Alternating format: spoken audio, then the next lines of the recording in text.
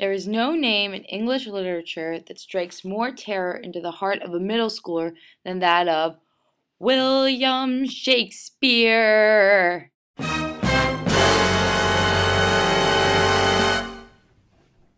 For many students, reading a Shakespeare play is like deciphering a secret code. Though the plays were written in English, readers must wade through the dense prose line by tedious line and pick apart the metaphors and analogies just to make heads or tails of what the heck the play is even about. For adults, understanding Shakespeare still presents a challenge, and a whole field of study has been devoted to this topic. It makes sense, then, that many students find themselves unable to understand or even care about many of Shakespeare's plays. "He's not even funny," I heard one boy remark after finishing Twelfth Night. Why do people think he was funny? Thus, while Shakespeare may have achieved literary greatness in academic circles, to kids, Shakespeare, in the words of a middle schooler, sucks! I too might have adopted this same attitude toward Shakespeare had it not been for my 4th grade drama teacher, Miss Luton. Ah, Miss Luton. With her sharp blue eyes and quick temper, she was a teacher we all feared, but her kind heart and passion for drama made her a fast favorite among us students. When she made my 4th grade class read A Midsummer Night's Dream, I thought we would never get through the whole thing. How could we when none of the words made any sense? However, Miss Luton didn't just have us read the play. She had us get out of our seats and act out the various parts.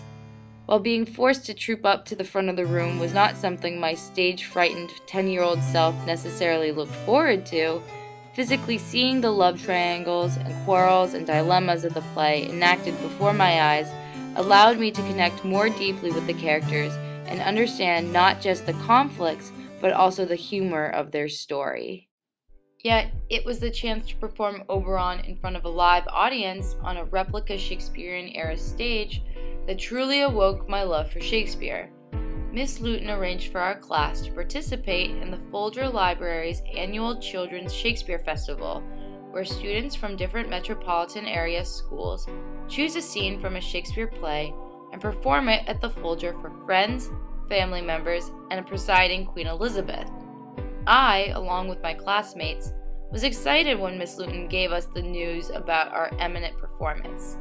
However, when Miss Luton assigned us our roles, I found that she had picked me not to be a fairy or a lovesick damsel, but to play Oberon, King of the Fairies.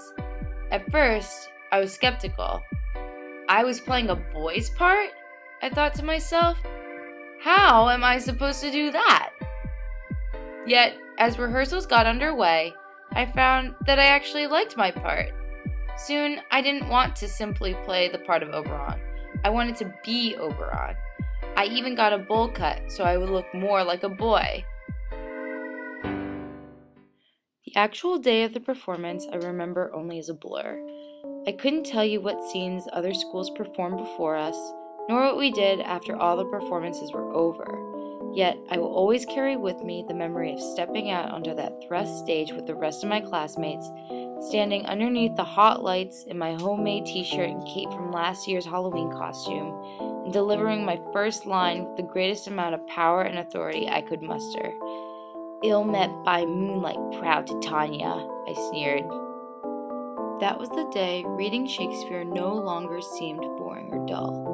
The power of his language and the experience of being a character in one of his plays helped me bring him back to life, revitalize his spirit, and ultimately develop a new appreciation for his writing. From this initial encounter, my love of Shakespeare only grew, and I devoured Hamlet, Macbeth, and his other work in ravenous bites. And as a future teacher, this is the type of passion I hope to instill in my students.